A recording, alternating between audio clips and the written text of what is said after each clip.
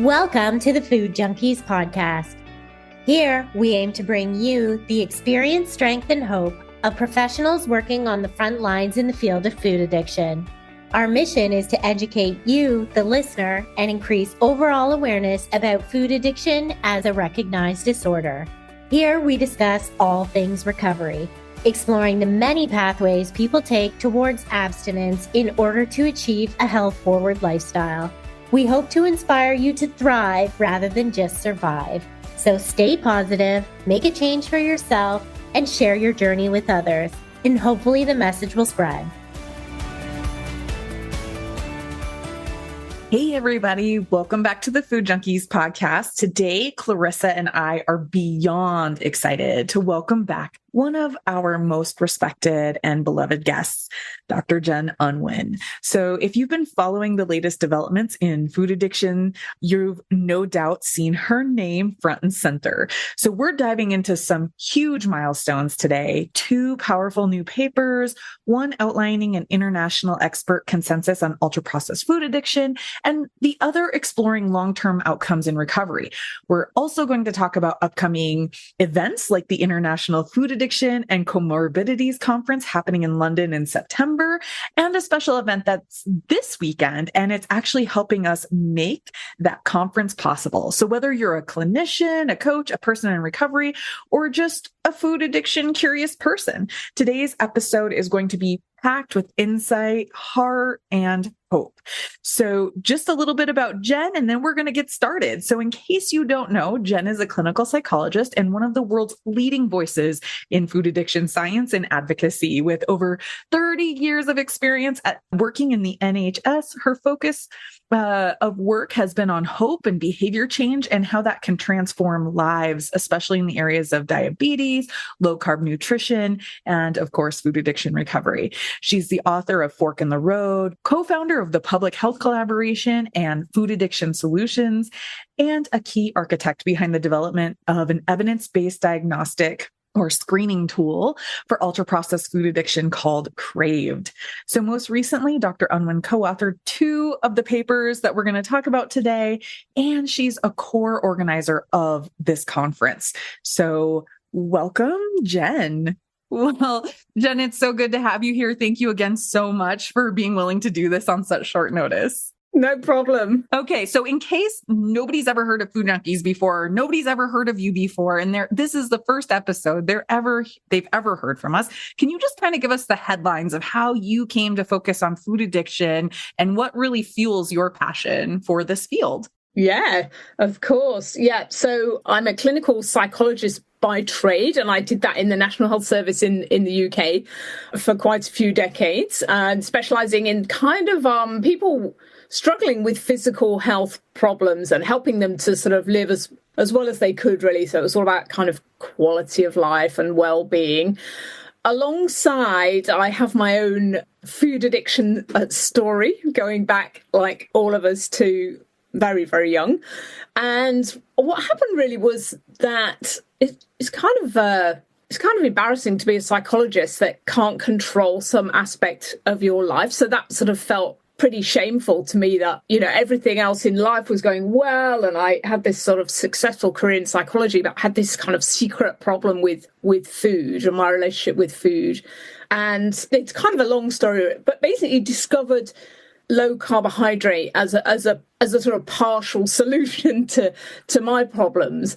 And my husband's a GP, so we got both very, very passionate about helping people with type 2 diabetes to improve their symptoms, really, and get the most amazing results. And people can kind of look that work up. It's mostly under the name of Dr. David Unwin.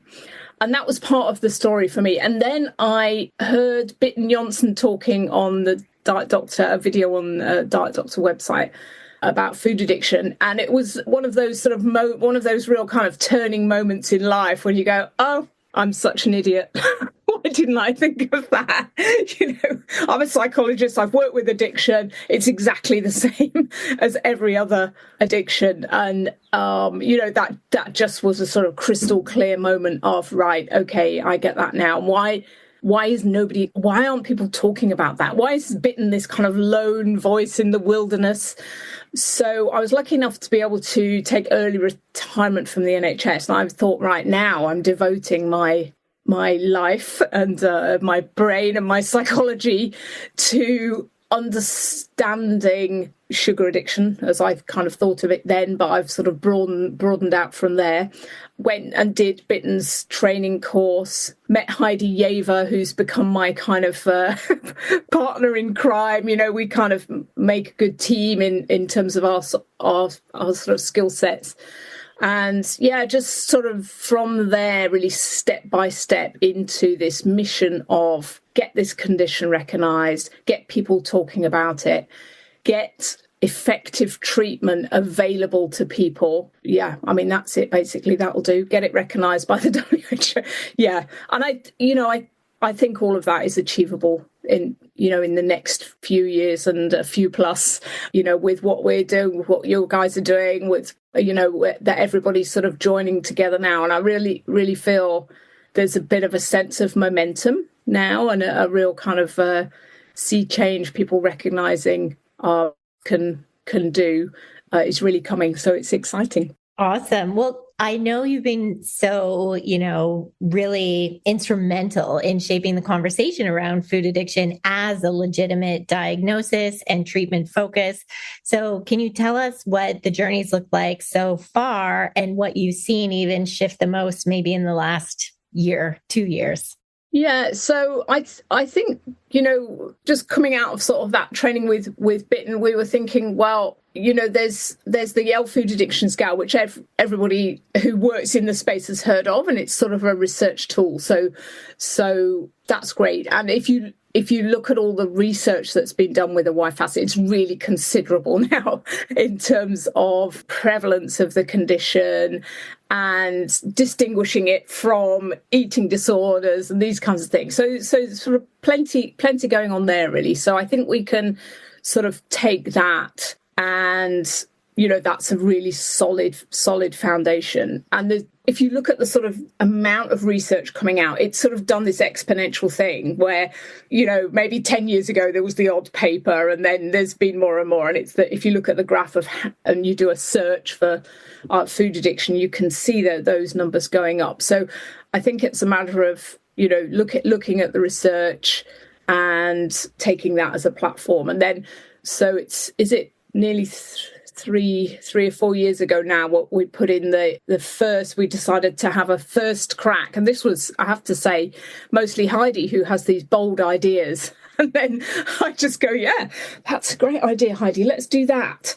And so Heidi had the idea of actually putting in a case to the WHO to get the condition recognised. And I think that was actually really solid move, even though it was really unlikely to be successful at that time, because what we did was look at all the research. We did start to get people involved that we knew were working in the field and sort of get to know who they were and bring them together. And I don't think that had really been done before. So bringing everybody together and getting people to, once it was submitted, to comment on it, to sort of, say they agreed with it, which you can do within this sort of special platform that the WHO have. And also what you get, of course, with the rejection is the reasons for that rejection. So we learn a lot by failure, don't we? We all know that as food addicts, because we kind of, that's our sort of daily thing. So yeah, so we got some really useful information out of the WHO about why they were rejecting it, which is now forming the basis for a sort of not a resubmission as such, but a sort of response to that. Yeah, so I think the whole research field. And then I think the other side, of course, is clinically there's a lot more people in the space now, a lot more food addiction coaches, food addiction counsellors, you guys talking about it on the podcast, and there's a few more books out. So the other thing where we recognise there was a sort of massive gap really was this, what are effective treatments? So people are saying that they're treating food addiction, but we haven't really got that published evidence about what works that we've got in other addiction fields or other, therapy outcome fields, if you like, or nutrition outcome research. So again, when did we start, guys? Because you were we did. It was, I think, 4 years ago. I think when did we start? We started with the project with all of that back in 2020, I think, and we submitted in 2021. And we're going to get to that. But before we get there, because as we're talking about this trajectory of like what's happening in the food addiction world and like whether or not it's going to get recognized in the next couple of years, we actually have a provisionally accepted paper on a Delphi consensus that we had around ultra processed food addiction was the word or the term we were using initially.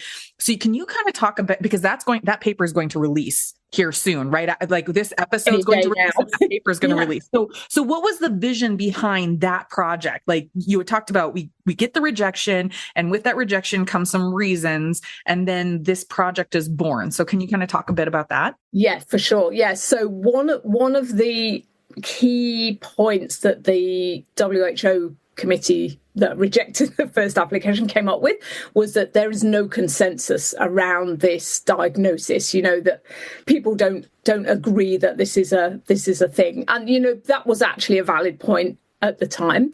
So fortunately, we'd made all these connections, as we were just saying, we were getting to know everybody who was working in the field, research and clinicians.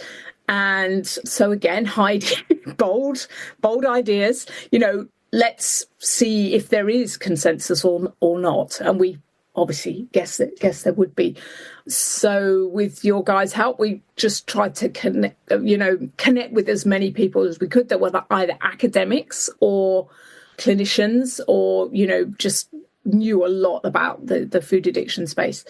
And we managed to, I think we contacted about 50 people and 40 agreed to take part in a process where we put a mixture of people in small groups and we got them to discuss their views on a number of questions around food addiction. And as the groups went on, we sort of tried to make a coherent consensus from all the views that were coming out, as you guys know, because you were a big part of that work, sort of pulling together all the different views to get one document that as many people as we thought possible would agree with the statements that were there. And we there was a massive amount of agreement, of consensus. And what was it in the end? We got 37 out of the 40 to... I jokingly like to say like 38 and a half or 37 and a half. Because there's one person, while she may not have agreed with everything, she definitely is still very much involved and wants to see this move forward. Yeah. Yeah, totally. So, that was great, really. Yeah. So the paper that's about to come out is really describing that process as a project, as a piece of research, and also giving the areas where we got consensus. And I think one of the absolute key ones, as you say, Molly, was, there was this people saying, some people calling it sugar addiction, some food addiction, carb addiction, processed food addiction. Anyway, we were able to get consensus on this term, ultra processed food addiction, which is the reason being it's kind of best supported by the research into the kinds of foods that have this problematic effect in the brain. So ultra processed food use disorder or food addiction was agreed as a term, which is really fantastic. And I think it's going to really help push the field forward to join around that term, because if there's all these different terms, then you can't be doing the research. You can't be, it's just, there's a lack of clarity. So yeah, I think that's been a really important thing to do, and will obviously be a massively important thing in the response to the WHO. And again, is bringing people together. Like, we've had fantastic conversations, haven't we, with people that we never would have worked with, who are doing all this research, which is and they're talking to each other, which wasn't always the case. Yeah, it's kind of exciting to have a job where you just kind of get to hang out with your own celebrities, right? And like help bring them together and like see them get so excited to actually meet each other when maybe they've even written papers together, but hadn't necessarily like met face to face yet. So I think that has been an amazing part of the journey. And I know when Molly and I started, our biggest thing in this field was we wanted evidence-based treatment. And so, when you approached us to allow us to be like Team North America in this 12-month treatment study, we were like so on board and so excited. So we just had our 1-year paper come out and it's had huge like success so far. People are interested in it. Can you share with us a little bit about, what were some of the key outcomes that people found recovering from food addiction for over a year? Yeah. So for those that don't know, what we did was sort of basically put our heads together for, if we look at the research and we look at what clinicians are saying and we look at the addiction literature and what works there, if you were going to design a program that would probably help people with food addiction, what would you put in it? And, Heidi and I had our ideas. You guys, very, very similar program. And the guys in Sweden, Lever Soccer Fry, again, similar principles, following the sort of real food, abstaining from your drug foods, that part of it, but also the part around how are you going to keep doing that? How are you going to stay in recovery? How are you going to look after yourself so you don't have to turn to the food? All of that sort of the recovery part of the journey, and putting that in a program that's deliverable in a simple way. So online, we all did an online program for sort of 10 to 12 weeks with those components in, obviously with a little bit of local spin because of those cultural differences. But that's part of the richness of the study, I think, was that it didn't just prove it worked in the UK with our little cohort. It worked for you guys and it worked with the Swedish guys as well. So what we did was we measured food addiction symptoms, both on the IFACC, which we've already mentioned is a well-used research tool, but also on a simple screening measure, which we've called CRAVED, which is just based on the 6 symptoms of addiction that the WHO recognised. And CRAVED is the way that we can kind of remember the symptoms, but it can constitute a simple screening method that people could use in any healthcare clinic, which I love. The YFAS has its own benefits, that's based on the DSM, but it wouldn't work, so I work so closely with David, who's a GP, has like 15-minute appointments in the UK. No GP is going to use the YFAS and try and score it in the clinic in that time, whereas they can ask these simple 6 questions or get someone to fill it out in the waiting room and they can know. So we did CRAVE, we did YFAS, and we did a little measure of mental well-being, because that's another massively important outcome for people in terms of sort of treatment outcomes. Are people generally, is their quality of life better? And we measured that before the intervention, after the intervention, and then at 6 months and 12 months. And that's the paper that's just come out, is the 12-month outcomes. And what I think was I was actually really amazed how good the results were myself, because usually in these kinds of interventions, you do get this drop-off in effect as time goes on. So people will, between sort of starting the treatment and the end of the treatment, yes, people get loads of gains. They're getting all that input from you as well, and they're getting the support of the group and so on. And then usually what you find is that the effects kind of, certainly of psychological interventions, tend to sort of wane off over time. But what we found is that the results were really sustained at 12 months. And in fact, there was kind of a slight trend for people to carry on improving, those who stayed in anyway. So, really exciting. 62% in remission on the YFAS from food addiction at 12 months, which, I mean, no drug, no drug or surgical intervention is going to get you there. So, well, not that, there's no outcomes published on that at one year anyway, so we wouldn't actually know that either. Yes, so and mental well-being, sustained improvements. Yeah, so very exciting.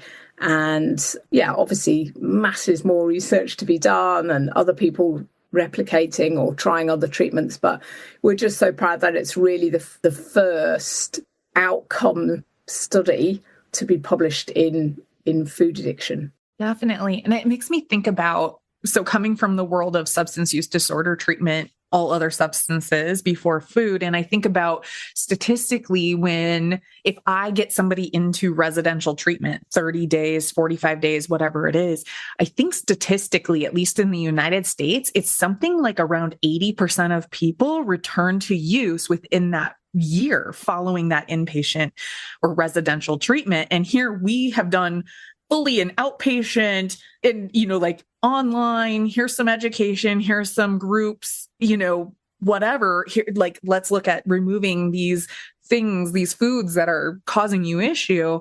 And 12 months later, there's a 62% rate of individuals improving or maintaining whatever it was they achieved in the first 12 weeks or however long the initial intervention was, because our groups did all have a varying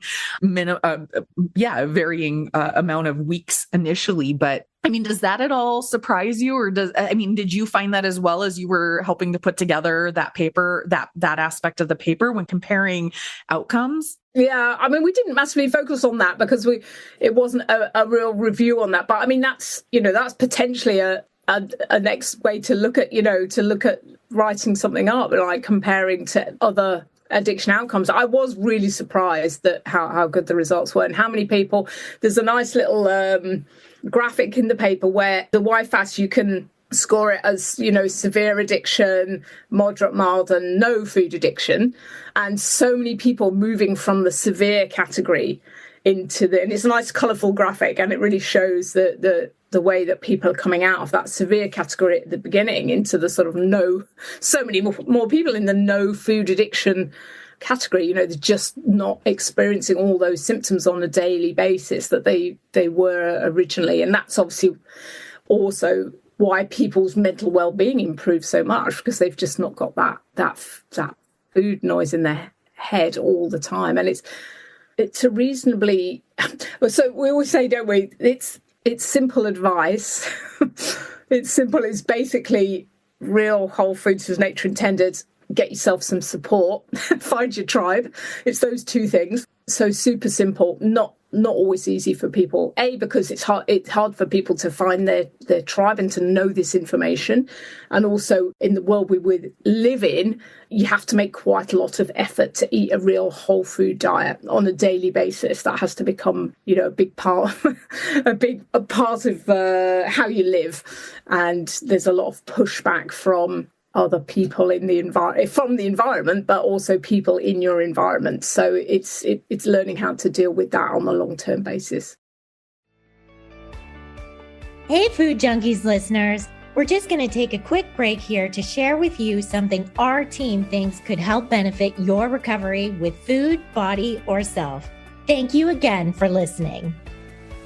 The biggest event in food addiction and metabolic health is here. Join us in London, September 4th and 5th at the Royal College of General Practitioners for the International Food Addiction and Comorbidities Conference. This must-attend event will bring together world-leading experts to dive deep into food addiction, type 2 diabetes, mental health, cardiovascular disease, cancer, and more. What can you expect? September 4th is going to be a full day dedicated to food addiction. Cutting-edge research, real-world clinical applications, and the latest strategies to help those struggling with food addiction.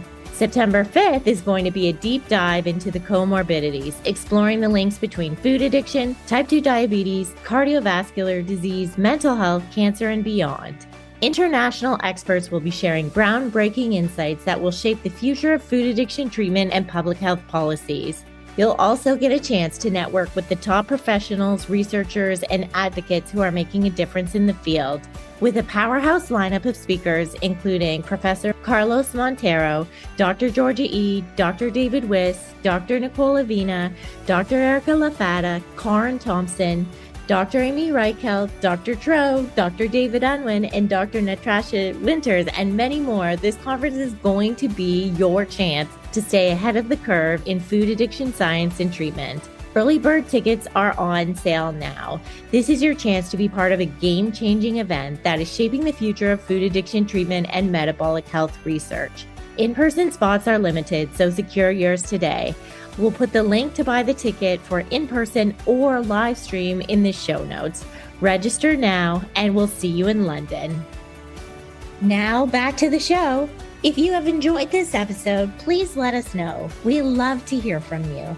Kindly leave us a review on whatever platform you listen to our podcast on. We love getting feedback from our listeners. Definitely. And so from that study, we called it IFACC's Food Addiction Research Clinical Study. From that, Clarissa and I, that's how we came up with our foundations program under Sweet Sobriety.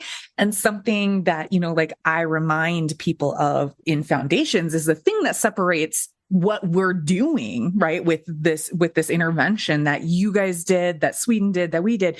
The thing that separates what we did from a diet, which could actually be described by what you were just saying, just eat real whole foods and get support. I mean, that could ultimately just be a diet. Not that that would be a bad thing in any way, shape, or form. But the thing that really separates it is, like you were saying, it's like this simple advice, but it's not easy, because the thing that does separate it is that deeper work, that 90% of the iceberg that we can't see, the stuff that's driving us back into using that coping mechanism. And so, yeah, we've totally, right. Like, and I don't know that you found this to be true with your group, but certainly with ours, or as we continue to do it, is that when we start diving into distress intolerance and stress management and emotional eating and stuff with the body and self-compassion, and we even dip into spirituality, right? Like, as we do that work, it's just, I think, like you were saying, the trend that like people are continuing to improve when they stick with it. I think it has to do with like that layered, we're digging. Are you willing to do the work? Yeah, absolutely. And you have to stay with your group, or, who it's hard to do that on your own, really. So yeah, you need to find that sense of community of other people who are on that same journey, doing that work. And it's just the same with any kind of recovery from anything, isn't it? That's the thing that makes the difference. Are you willing to stick the course, really? Yeah. Do you think this means anything for like how we need to look at structuring programs for support for food addiction going forward? Yeah. What conclusions would we draw from the study? I mean, I guess it really is just that if the people that stick with it get those great results, and how can we maximize people sticking with it? Can we reach out and bring them back? Yeah, I think that's the challenge, really. Like, the information is reasonably simple, isn't it? And getting people going. There's often that energy at the beginning to try something new, to give it a go, but it's that keeping going. I suppose that's one of the main conclusions from the research, really, is can you stick with it? But these are all questions, obviously, that if we can get more people doing more research, they can be looking at potentially. There's lots of questions around, like, who dropped out and why, that we couldn't really address, because we didn't really have that permission to keep going back and asking people those questions. But yeah. But I think that's also why it differs from a diet, right? We aren't saying that any of the individuals in our study didn't have a return to use, or didn't have, slips or reoccurrences. That, they did, they came back, they talked about it, we processed it, and we just, we're like, okay, well, could you make a loving choice for your next meal instead of being on plan, off plan? It was the messy middle of recovery, middle. Yeah, there isn't. That was a major part of all three approaches, was that there isn't it's not about. Nobody's failing here.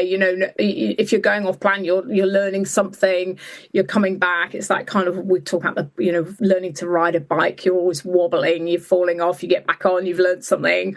Yeah, totally. I mean, we none of us emphasized the weight loss side, did we? At the beginning, we did have weight as an outcome. And a lot of people did lose a significant amount of weight, but we weren't sort of majoring on that. That wasn't the major outcome. And what was really nice is that individually, and we see this a lot, that people come along with the weight loss goal, but they come to understand that that's that it's not the way, if you like. It's not how you get there. You can get to this place of the better mental well-being and the lack of food noise by giving up on on those ideas of it being a kind of the next successful weight loss plan. It's a completely different mindset, really. And I think that mindset and reminding people of that over and over and over again, that like not everybody was perfect. We had people in that definitely, I think we had over 120 original participants. And then I think we had something like 95 that we were able to continue to be in contact with for the full year. But I think something that people need to remember is we had some people who didn't even get out of the food until the very end, and we went 10 weeks, right? Until like 10 weeks, whatever. And like you said, it's just like that, maybe the weight was the original reason. Maybe it was, mental health was the original, whatever it was. But by the end, when people realized, oh, recovery is the actual goal here. And then the stuff starts to quiet, and then we can settle in, and we don't have to be perfect. We just have to learn what worked for us, what didn't work for us, and how do we move forward. And there have been some really, really beautiful results that we get to talk more about at the International Food Addiction and Comorbidities Conference coming up in September this year in London again.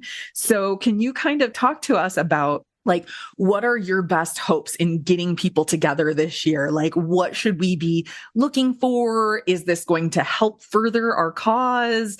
Talk to us about this conference. For sure. Yeah. So obviously we had the one day last year, and that was exciting. And we just managed to get the consensus in time to launch that last year. So we're really excited to have 2 days this year and some amazing speakers. So talking, day one, more kind of solidly on the food addiction piece, or we should say ultra-processed food addiction piece.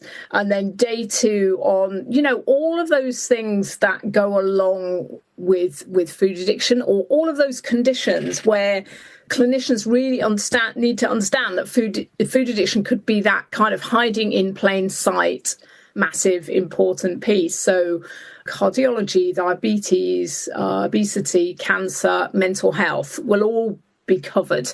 So we're really hoping that, if you're a person who this is of interest to, if you have your own journey, please come along. It's not just for healthcare professionals and academics. It's definitely for the general public. And we're hoping there'll be a bit of that sense of a kind of meetup of the community. But also, if you're a healthcare professional and you work in any of those areas, you absolutely need to understand how to recognize and how to treat food addiction, or, where to signpost people to in your practice if you want to help people. So we know, for example, that people with food addiction are 7 times more likely to have diabetes. There's this big overlap with these chronic health conditions and ultra-processed food addiction, of course, because we know the harms of eating ultra-processed foods. But I think this addiction piece is the missing piece of why some people who, they know they're harming their health. Obviously nobody wants to be unwell. So as a clinician, how can you help people in a compassionate way? And how can you recognize that condition in your practice? Because, we know that there's this proportion in the general public of people who have food addiction.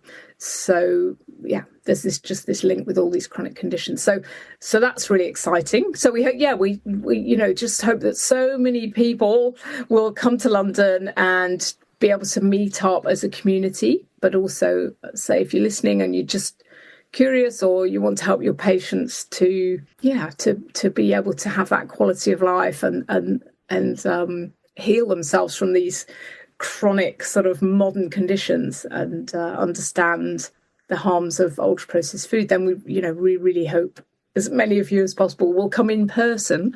If you can't come in person, then please, buy a live stream ticket and listen and watch during the day, and you'll have access to that. If you buy the live stream ticket, you'll have access to that to watch all the content and learn from all the content. Definitely. And I just think about, day one, we're going to have guests like Dr. Georgia Eid and Dr. Nicola Vina, and Erica Lafata is going to give us a rundown on, her new food addiction, inventory that might even replace the Yale food addiction scale in helping us to diagnose. And David Wiss is going to talk about, social determinants and social justice kind of issues around food. And Kim Dennis is going to talk about trauma-informed care. Can't wait to hear David Witt in person. Yes. Yeah. Yes. David couldn't actually come in person last year. So again, he's a person that we've all been working with and we never actually met in real life. So that'll be absolutely brilliant. And that's a really critical piece that he's talking about, is the social determinants of what's going on. Yeah, and George E. I mean, who doesn't want to listen to George? I could listen to her all day. So come and listen to her talking about mental health. And people probably haven't met Nasha Winters, who's got the most amazing story of her own. She's an integrative oncology doctor. She's got her own story about what happened to her with ultra-processed foods when she was a young person. And she's a very inspirational speaker. So that's Riches. Have a look on the Eventbrite. I'm sure you guys will link the Eventbrite page. You'll see all the speakers listed there. Absolutely. Yeah. So we also wanted to talk about, because that conference is coming up, and so we wanted to talk about, you have an event coming up this Saturday with Dr. Tro and some other folks. So do you want to talk to us about what's happening Saturday, April 26th, like what it's all about, what you're going to be doing, why we should tune in? Yeah, I love Dr. Tro. he's such a great guy. He's so focused on what helps people and, what's important, basically. And he's been really supportive, took part in the consensus, he's really supportive of all the work we're doing. And he's has his own journey as well. And I think that, obviously that always adds to people's passion, doesn't it? So his passion is absolutely to help people with metabolic problems, obesity, type 2 diabetes, and he understands the role that food addiction plays in that. So him and his team, and Rob Saives, who's another amazing doctor in the space. He calls himself Carb Addiction Doc, I think, doesn't he? He's actually a bariatric surgeon, but he, again, really understands the struggle that people have. He has his own struggle. So it's a whole day devoted to all of these people thinking about food addiction, about people's relationship with food and how you can change that, and how that's such an important piece of many, many people's journeys in getting well. So I'm not sure how. I think some of the talks are live. Mine's actually pre-recorded, probably just because they were just a bit worried about time zones and links working and things like that. But I'm coming on for a live Q&A. So the talk covers quite a bit of what we've talked about today, obviously a bit about the research in food addiction, but also the stuff that we've been doing. So I do talk about the study in a bit more detail. And I know he's got some amazing people in his team who have their own experience and are coaches within his business. So I know they'll all be super fascinating to listen to. Well, it sounds like a great event for if I'm a clinician or maybe even a recovery coach, that I can kind of stay current with, the evolving research. Do you have any other suggestions if I'm somebody who's working in the field, or maybe I'm a physician and I'm interested in knowing more, like how, where do I learn more about best practices for food addiction? Yeah. So sure. The event this Saturday, I would say definitely the conference, either live stream or come along. I think those are going to be two big chances. And then following on from the conference, Heidi and I are developing an online training course for healthcare professionals about how to recognize the condition in your clinic, how to screen, how to have those conversations, how to have follow-up conversations, and when to recognize when people need that bit of extra specialized help. So that'll be coming after the conference, and I'm pretty sure we're going to do some kind of a deal whereby if you come to the conference, you get the training a bit cheaper, that kind of thing. I'm sure we'll do something like that. And then hopefully that will be available online as well, because not everybody has the time, do they, to come at a specific time, but they'd like some sort of CPD online. Yeah, I think this is going to be one of our next big pushes, really, is trying to get it out there that doctors, nurses, whether that's in primary care or specialist, really everybody needs to recognise this condition, because it's going to come up. David's always saying now in his clinic, I mean, obviously he's well known for his treatment of people with diabetes, but now he understands food addiction. He says, I do see it in every primary care clinic I do, maybe one or two people, every clinic where this is actually the fundamental thing that's underlying their difficulties, whether those are psychological or physical. And, obviously now he can recognise it and he knows how to give that advice. So, it's really possible that we can help more individuals by training clinicians than by trying to get to all the individuals themselves, because there isn't a treatment option in the use. Not like if you've got an alcohol problem or a nicotine problem, there are clinics set up in the UK you can just be referred to. There's lots of charities as well.